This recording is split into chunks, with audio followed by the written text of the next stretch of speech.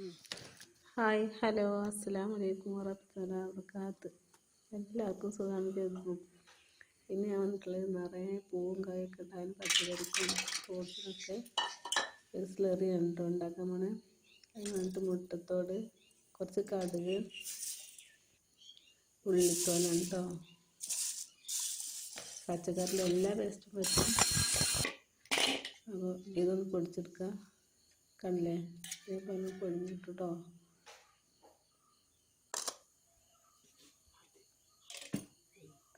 ഇതിങ്ങനെ കുറേ ഇഷ്ടം ചെയ്യാം. പഴത്തൊലിയാണ് കേട്ടോ, വത്തക്കൻ്റെ തോടാണ്.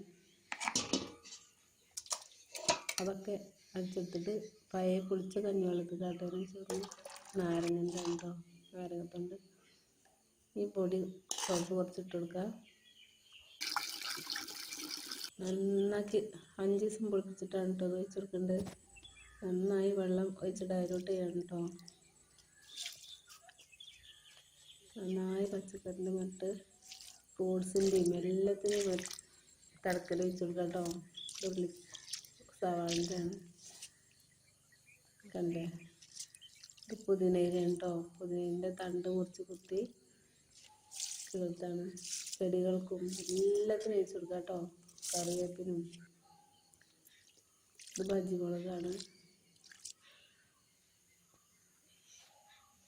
വീഡിയോ ഇഷ്ടപ്പെടുകയാണെങ്കിൽ സബ്സ്ക്രൈബ് ചെയ്യാനും സപ്പോർട്ട് ചെയ്യാനും മറക്കരുത് പ്ലീസ്. വഴുതന,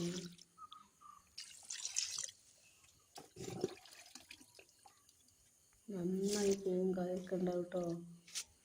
റോസിനായാലും ഫ്രൂട്ട്സൊക്കെ നന്നായി പൂവും കായും ഉണ്ടാവും കേട്ടോ. തടക്ക വെച്ച് കൊടുത്താൽ നമുക്ക് പച്ചക്കറിക്കാണ് വെച്ച് കൊടുക്കുന്നത്.